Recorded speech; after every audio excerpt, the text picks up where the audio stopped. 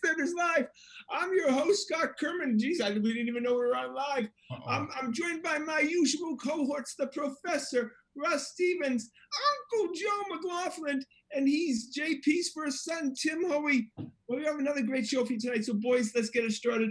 We start, well, first of all, we've been voted, I don't know if you know this, by Boston Magazine as the show with the cleanest hands of all time.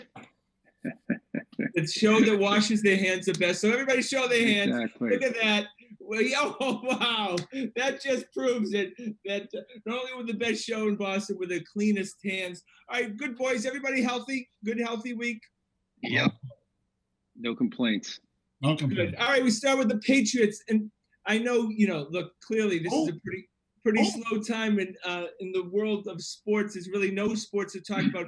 So I guess we have to go back a little bit and talk about the departure of Tom Brady. And now the rumors out this week that Tom Brady's number one reason for leaving the Patriots was his relationship with Josh McDaniels. Do you believe that this was so overwhelmingly over the top poor that was the reason he's now in Tampa? Oh, didn't you see his response to that, Scotty? He pretty emphatically shot that down and called it poor reporting.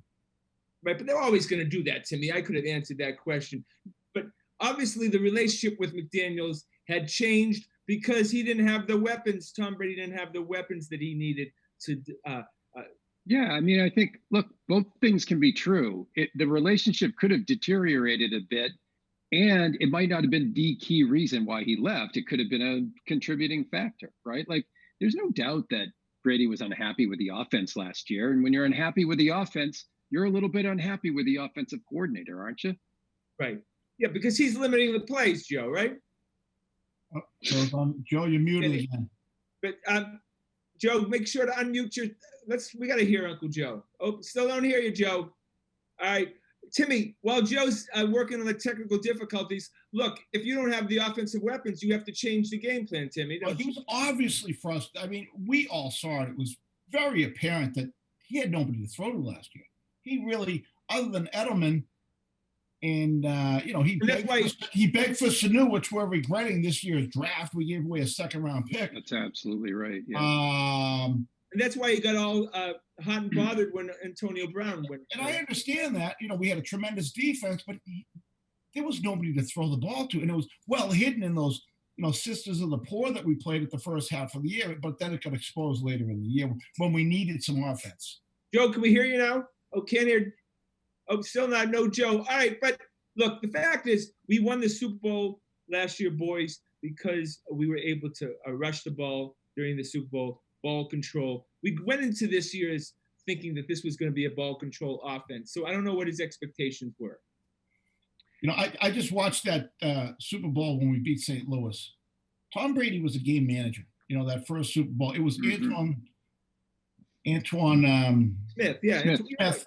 And 4 yards in a cloud of dust all game, the occasional pass here and there. I mean, that kind of reminded me of the team we had last year, but we didn't have that running game that's right. Yeah. Smith brought. We didn't have that grinder guy who got 4 yards falling down forward every time. Yeah, that last year's team was defense first. Belichick pumped a lot of money into the defense on that team last year. And, ultimately the mistake that he made, that he realized because he drafted two of them, was he didn't have a tight end. I mean, he didn't go into the year with a healthy, reliable tight end last year. And what's a key to the Josh McDaniels offense is to have a reliable tight end, And you know what, Russell? The first show before the season started last year. Exactly right. That's all that we talked about. And we're Joe, the average fan out here. How could we see so obviously the lack of tight end and how that offense has always been based around tight ends, and you're going into the season with nothing? And it's pretty callous of Belichick not to prioritize that during the course of the season as far as making some kind of trade during the season to upgrade. Well, remember, also let the record show a little bit, though, that Gronk retired late, right? Remember, Gronk retired late in the game, and there were only one or two tight ends left in the market last year by the time that Gronk retired. So, I blame Belichick 90% for it. He still should have gone out and gotten a tight end. But Gronk did hold out that carrot on the stick, saying, maybe I will, and he kept saying it halfway through the season that maybe he would. That's right. Do you think that, he said that publicly, do you think that the Patriots truly believed that Gronk was coming back week 8? That's a good point, Scotty. I mean, what he told the public and what was he telling Belichick? What was he telling those guys? It could be two different things. One thing I don't blame Belichick for last year, which it's a revisionist history, he did go out. Look, he tried to get Antonio Brown. Antonio Brown couldn't keep it together to stay on the team. Gordon. He went out to get, he had Flash Gordon. He tried to bring him back. He brought in Mohamed Sanu for a very expensive price. You could blame him for his execution, that he didn't choose the right guys, but you can't blame him for his motivation. He tried to go get Brady receivers. Yeah, but Russ, it seems if the second round pick was in play this year, which of course it was because he traded him for Sanu, you felt like if you're using a second round pick, I'm sure there's some tight ends in the league that you could have got. Right. That's a good point. Should you have traded for a tight end mid-season versus Mohamed Sanu? That's a legitimate point. Yeah. Good point. I think it was they had a missing piece there, and Dorsett was a dog, and they needed a wideout more than they needed a tight end. They could get by with the blocking tight ends if they had another wideout. They had no one to stretch the field or anything. Joe, Dorsett was a tough guy to evaluate during his whole career here, because there would be times, I think early in the season, when all of a sudden you're like, okay, Dorsett's a major contributor. He's a guy who's going to play well the whole season. Then he just falls off the earth. Brady didn't like him. He caught everything he threw him. Remember, he had that streak of like 20-something targets all caught. Unbelievable streak. But Brady just didn't like him. Was that completion rate due to nobody paying attention to him, perhaps? Mm-hmm. Yeah, right. Yeah, exactly. Yeah, but I think you're right, Joe. I think it was like 32 passes in a row that Dorsett was completed, which is just a remark. No, Brady was too much of a diva last year. He only played one game last year. The rest of the games, he mailed it in. That Buffalo game, he was the Tom Brady. Joe taking a swipe at the goat. I love it. That's the way, Joe. I think Joe might have a pretty good point here. Yeah.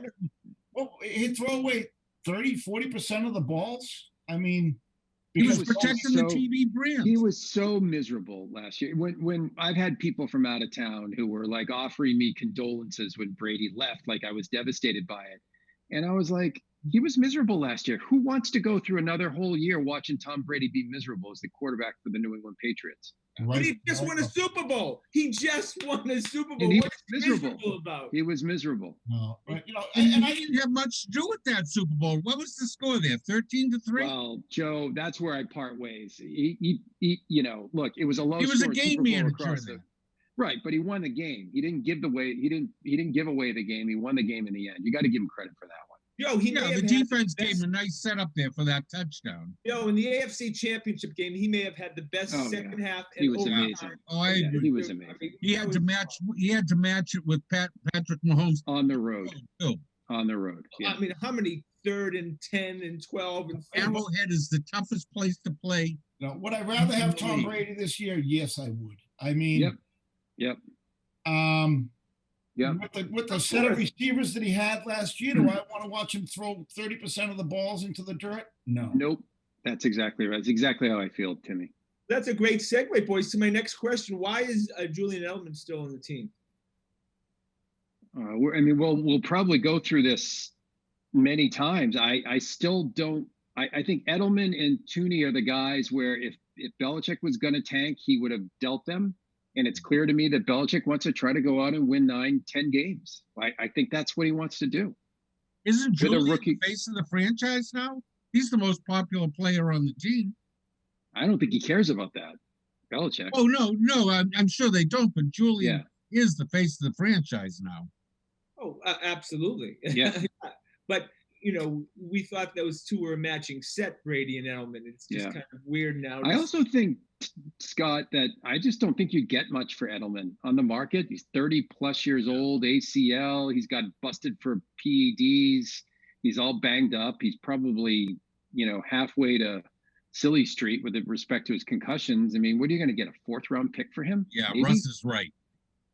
Yeah, you would have thought that during the draft, if you were gonna, which there weren't many trades during the draft as far as player transactions. I don't know if there was. Well, you know what? I'd take Julian Edelman on my team any day of the week. Any day. Yeah, I mean, I'm glad we get a chance to watch him play. Yeah. Third and six, tough little fighter. That's who I want on the field. It's 3rd and 6. I got to get a first down. I want Julian Edelman. Remember, Belichick wants his next Jimmy Garoppolo, Jared Stidham, to succeed, and so he's gonna want Stidham to be able to complete some passes to guys like Sanu and Edelman. If he was going to tank the year, he would have stripped it clean and told him to throw the ball to Jacoby Myers.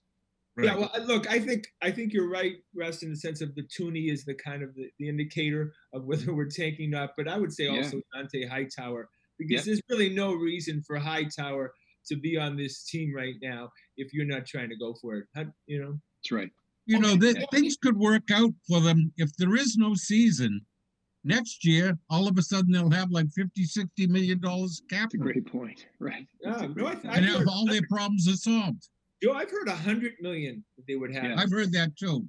Yeah, it's closer to it's actually closer. You got to re-sign some of your players. Right, but it's actually closer to they've got between 90 and 100 million right now in cap, space, which is ridiculous. And they're carrying the most dead money this year, right. Just extraordinary, right? 26. But it all goes away because most of it is Antonio and Brady.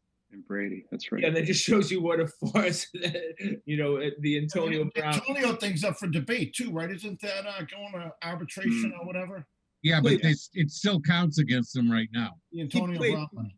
He played one game, right? It just remind me, it's been a lot since then, but one freaking game in Miami. That's all Antonio Brown has played. And look how much conversation there's been about that. Yeah. He's an amusing guy. All right, we go to the Celtics. Enes Kanter today said that he's already signed an agreement with the WWE, another one, to after his playing career to start in the professional wrestling. He's a piece of work. What do you think of this guy? He's a piece of work. I enjoy him. Look, I wish all of our athletes were that interesting, right? He's just an interesting guy. He says funny things. I don't think he takes himself too seriously. He's a little bit of like the Gronk of the Celtics, isn't he? Oh, by the way, is he in the country? I don't. Yeah, I think he has because he might not be able to come back. No, yeah, he leaves. I don't think he wants to leave. He doesn't want to leave this country. I don't think. No. Yeah. Threat of death. But I know, of course, Timmy, I know it makes you happy, but he's a kind of guy that loves playing in Boston, has really ingratiated himself with the fans. But I correspond with this young gentleman that I met out in Vancouver, and he's like he's a fan of many teams. He's like, do you like the Phillies? Do you like the Dodgers? I said, no one in Boston likes anybody but the Red Sox. Okay? The way we're brought up, if you're not a Boston team, we have no interest in you. No interest in, right, Joe? You always say that. So henceforth, we like people who like to be here in Boston. Yeah. And if you don't want to be here, hit the road. Well, I always said that Larry Bird never really truly became our son until he started to, not talk about French lick all the time and started to talk about the local community and how much he loved Boston. Because those first few years, his head was still in Indiana. Well, what made him a real Bostonian was when he punched out the guy at Clark's the night before and wrecked his hand. Friggin' playoff game. That was Friar Tuck's. Was it Friar Tuck's? The third floor of Friar Tuck's, yeah. Right? I know. Timmy, is that how you got the bandage on your eye? I was working as a bouncer at Clark's the time, and Friar Tuck's was right across the street. Oh, so it wasn't at Clark's; it was a Friar Tuck's. It was the third floor private room at Friar Tuck's, which is now. I don't remember that story. It's now. This famous story was. He was with Buckner. Yeah, he was drinking because that's what they all did all the time. And he was out down in near Faneuil Hall, and he shows up with Quinn Buckner. He shows up the next day with his hand taped, his left hand, and they're like, "What the hell happened?" And Dan Shaughnessy broke the story like late that night or something like that, where Bird took a shot at a guy, punched a guy at Friar Tuck's. The word I heard. Were they playing the Lakers then? He made an inappropriate gesture to someone's girlfriend up there, and they get into it. That was the word going around Faneuil Hall at the time. back in the 80s, the decadent 80s. Yep. Larry back there. As soon as he threw the shot, they hightailed it out of there. Was the rumor? That's what made him a Bostonian, Scotty. Yeah. All right. Okay. All right, boys. We gotta go. Look. It looks like the Celtics season's over, but at the very least, we can evaluate the draft picks. Tell me, what do you think, Romeo Langford? He's an incomplete. Yeah, I'm with Joe. Incomplete. Showed some stuff. He could play some serious defense. Like to see him shoot. Yeah. So incomplete. I felt like it was Timmy. I felt defensively that he was far advanced for his age. He's got to get a little meat on those bones. So he looks very slight out there. Like he can be pushed around. I think he's got to get on the Jason Tatum weight program. Yeah, right. All the young guys got to get on the weight program to be an NBA player. These guys are like 19, 20 years old. I mean, think about all of us at 19 and 20, for God's sakes, right? Skin and bones. All right, Grant Williams, he's not skin and bones. He could probably lose a little weight at some point. He's old man strong is Grant Williams, right? Look, I mean, I think he can do some things if he can shoot it. If he develops that range, he's going to be a useful player in the NBA for 5-6 years. It still feels like to be a star in this league, you have to have consistency. You can't have an off night and then an on night. You got to go out there and you got to do it night after night if you want to be considered in that upper tier of players. Well, I think he could be like a Marcus Smart, not as good, but be able to play a number of roles. None of them is a star, but he can fit in for you in a number of ways. He's a jack. Well, he was a mid-20s pick, and we know with mid-20s picks, you get a Jared Sullinger. And until I know any different, that's what he is. He's Jared Sullinger. Oh, don't say that. Can you imagine how big Jared Sullinger would come back now after a couple months off? No, but I'm saying after this first year, he probably is the same progression as Sullinger was. Oh, I don't know. I mean, look, maybe you could be right. I think he's a much better. First off, Sullinger was injured when he came into the NBA. He had terrible back when he came in. Williams is a solid guy. Look, he's a rookie who was playing as a seventh man on one of the top 5 teams in the NBA. I mean, so that has to be considered a successful rookie year. Yeah, I agree. And Brad had faith in him at the end of games. He did, yeah. Last 15, 20 games of that's right. This season. So, all right. And then Carson Edwards, he ended up being a bust. We talked about Carson Edwards signing a 4-year deal and thinking, wow, that was going to be a possible great deal for the Celtics, and it ended up being a great deal for Carson Edwards. Yeah. Oof. Yeah, I don't think it just doesn't look like. I mean, when you're really only brought in to be a shooter and you just can't, you shoot 22% and you can't do anything else. Like, what do you do? Like, he's 5'11".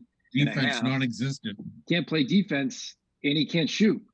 Not going to last long. He's not going to be the next Kerr of the world. Nope, not going to happen. I think he was a lottery ticket thing. And then I remember when they were comparing him to Eddie House, and they asked Eddie House, he's like, "Oh wait, come on." Yeah, well, right. Give me a break.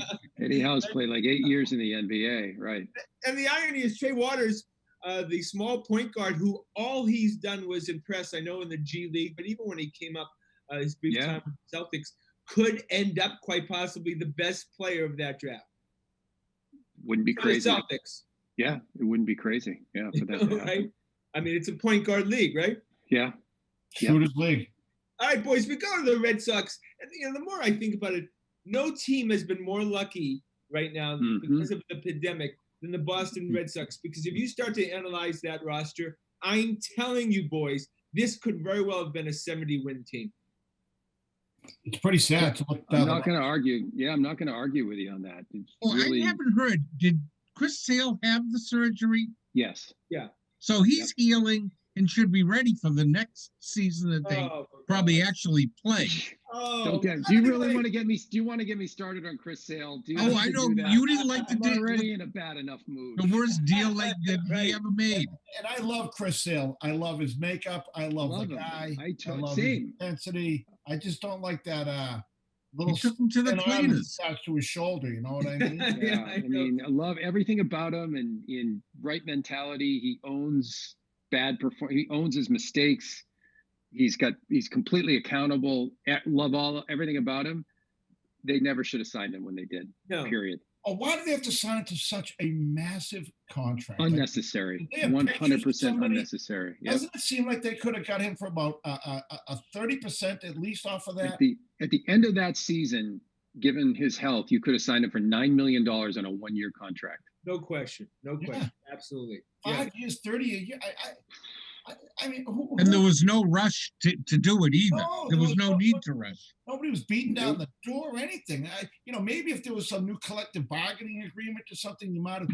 None of that. There were no factors that said why that deal happened.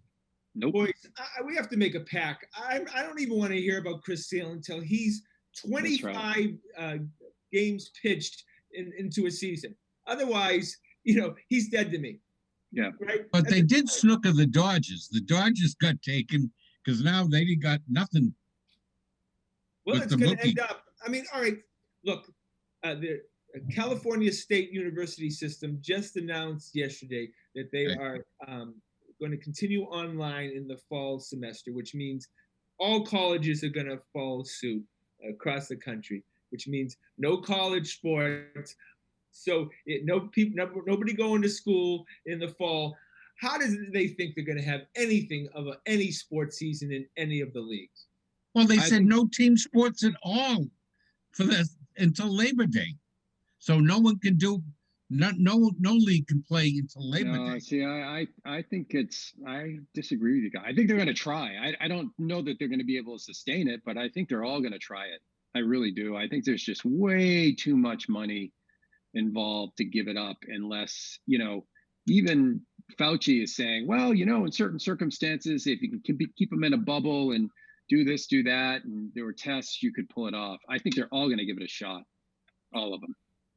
But when we're talking about the NHL and NBA, they're clearly going to go straight to the playoffs at the very least. I would think so, yeah. If they even do anything. Yeah, if they do anything, I think it'll be a handful of exhibition games and then jump into the playoffs as fast as possible. Are we so far removed right now from the current season? Do we need that closure, or can we be able to get back into it? Oh, I'd do anything to watch a game. Don't you guys watch Stanley Cup playoffs any day of the week? Yeah, I think they will. Again, it's just money. Just follow the money. There's too much money dropping out of the bottom of the bucket right now. You got to try to do it. Something to change and nothing. And then I talked to several people kind of in the know today, and they're saying this thing's going to explode again in the fall. And there's a school of people out there predicting that. So where do you go with this thing? I mean, I don't. Yeah. It's crazy. Hey, Timmy, I got a question for you. So, Scott, I don't want to take us off track, but I watched a couple of old Bruins specials this week. The NHL Network did a really cool one on the 70s Bruins, the big bad Bruins, and I saw some other. The thing about I probably saw more Bobby Orr clips in the last 72 hours than I had in the previous 10 years. He was like Michael Jordan was on a basketball court on a hockey rink. He was just so much better athletically than these guys. It was incredible. So even the next best guy in the league was miles behind him. Yeah, miles behind him. There's never as a defenseman, he led the league in scoring 2 years, I think. 1 year, 2 years. Yeah, he was. Defensemen didn't score back then. They didn't 120 points. So he beat like the record, I think was 40 before him, and he had like 127 or something like that. I mean, just he could rag the puck killing a penalty for a minute up the one back down there, and everyone looked like idiots flailing and diving to catch him. How? And these are NHL players when there were only 6, 8, 10 teams. The caliber of the players was the best in the world. These make them look like children out there. Yeah. Well, Wayne Gretzky, when people say he's the best player in the history of hockey, he says, well, Bobby Orr was better than me, so I don't know how that works out. Yeah, you're right. I'll tell you this, you put 5 Bobby Orrs against 5 Wayne Gretzkys, it wouldn't even be close. Gretzky was tremendous vision and tremendous scorer, and nobody like him putting the puck in the net, but there's more to hockey than just putting the puck in the Well, net. I was surprised, Timmy, that how many, so they showed a lot of video of brawls because that's what they did at the time. And I was surprised at how often he was in the middle of a fight. I mean, he didn't shy. Like you couldn't get, you could have sent an invite to Wayne Gretzky with $100,000 in cold hard cash and say, come on into this fight. He would have taken it. Didn't take much to get Bobby Orr involved in a fight. And didn't look like. The greatest thing about Bobby Orr is he walks down the street and will stop and say hello to anybody that he meets. Oh, you met him, didn't you, a couple of years ago, Scotty? Yeah, I met him at the Brookline Booksmith. Yeah, I mean, yeah. Is there another person? And sign every one of them. Is there another person on the planet who has achieved that greatness in life and lives with the humility and the humbleness that this guy conducts his life with? Yeah, which to me makes him an even greater than his athletic achievements is him. Yeah, well, he's the poster child of what we always have said, that the professional hockey players are the nicest of all the four professional sports teams. Okay, his parents deserve a gold medal for the way they raised him because he grew up in small town Canada. I mean, very small town. Parry Sound. Even Canadians don't know where it is. I tell my kids, I say, you take the most excited this town's ever been about the Patriots and the Celtics and the Red Sox and combine them and multiply it by 100. It doesn't equal what the Bruins were in 1971 in this town. They were everything. All right, let's segue into the Bruins. When we signed Halak to a very team-friendly deal last week for 1 year extension, which was a big surprise. And Tuukka, Timmy's favorite, Tuukka Rask, has said he's interested in an extension. I got to think that the Bruins would jump on something like that. I have a love-hate relationship with Tuukka. I mean, he played tremendous in the playoffs last year. I will take my hat off to him. All year last year, Tim. Yeah, he did. And it's been a lot of hockey people are not big Tuukka fans out there. Too many goals on snapshots from the top of the circle. You're still doing the same stuff now? He played better. There was a long streak. He played better. He just wasn't playing well. I mean, when was he not playing well? He's had 2 years now. He's been the best. I thought he was terrible the year before last. I agree, Tim. I would have traded him for a bag of pucks. What are you talking about? He was the best goalie last year, and he was the best goalie this year. He had a good playoffs last year. And a great regular season last year, too. No, remember, they had to baby him through the race. They were going to bench him. Oh, boy. You really opened up a can of worms here. Remember, they were going to they basically benched him for Halak there back at the beginning of the season. Hey, Scott, the Bruins would get out the other end, have 10 shots, and the other team would come down, have one shot from the top of the circle and beat him. Hey, Scotty, remember when the Patriots lost that Super Bowl to the Eagles and Brady got stripped? You know whose fault that was? Tuukka's fault. Exactly. He had a hand in it anyway. Tuukka was holding a shiny object up in the stands in Brady's eyes. Tuukka Rask is the most underappreciated superstar in this town. He was playing, underappreciated, but not superstar. He was playing very good this year, too. He was playing very good this year, and he played good in the playoffs last year. But let me tell you, he's had some down periods in his Bruins career.